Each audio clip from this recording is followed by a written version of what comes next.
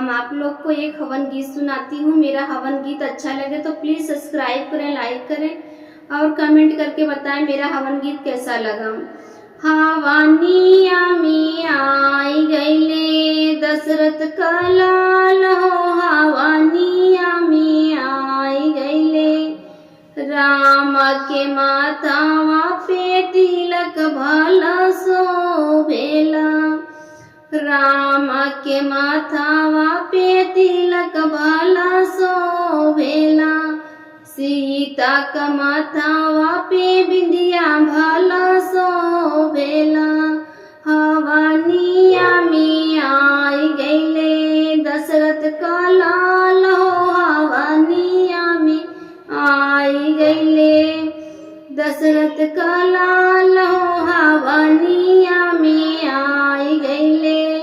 राम के माथावा मुकुट भला शोभेला,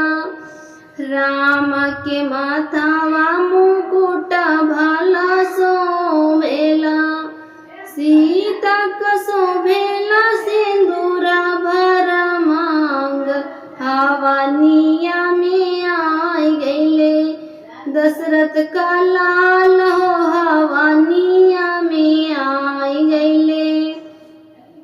राम के अंगावा पीतांबर भला शोभेला, राम के अंगावा पीतांबर भला शोभेला, सीता के अंगावा चुनरिया चटकोर हो, हवानिया में आई गईले दशरथ के लाल हो, हवानिया में आई गईले दशरथ का लाल हो, हवानिया में आई गईले राम के हाथावा धनुष भला शोभेला, राम के हाथावा धनुष भला शोभेला, सीता का चूड़ी शोभे हाथ, हवानिया में आई गईले दशरथ के लाल हो, हवानिया में आई। फुलवरिया में आई बहार भंवरवा रस लूटे, फुलवरिया में आई बहार भंवरवा रस लूटे, रस लूटे रामा हो रस लूटे, फुलवरिया में आई बहार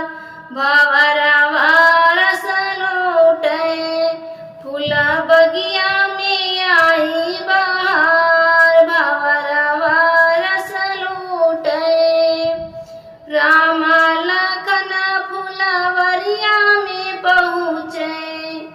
राम लखन फुलवरिया में पहुँचे,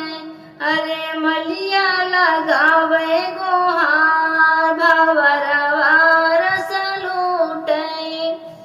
अरे मलिया लगावे गोहार भंवरवा रस लूटे, जनक दुलारी फूल बगिया में आई, जनक दुलारी फूल बगिया में आई, अरे राम देखत मुस्काए भंवरवा रस लूटे, अरे राम देखत मुस्काए भंवरवा रस लूटे, फुलवरिया में आई बहार भंवरवा रस लूटे, फुलवरिया में आई बहार भंवरवा रस लूटे, ओ हीरे फुलवा का बन गया हरवा, ओ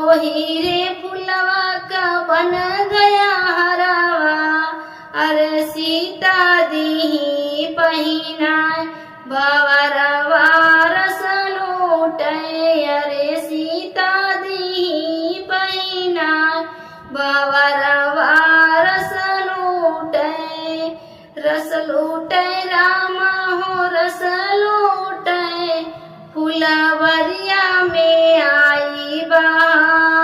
भवरवा रस लूटे फुलवा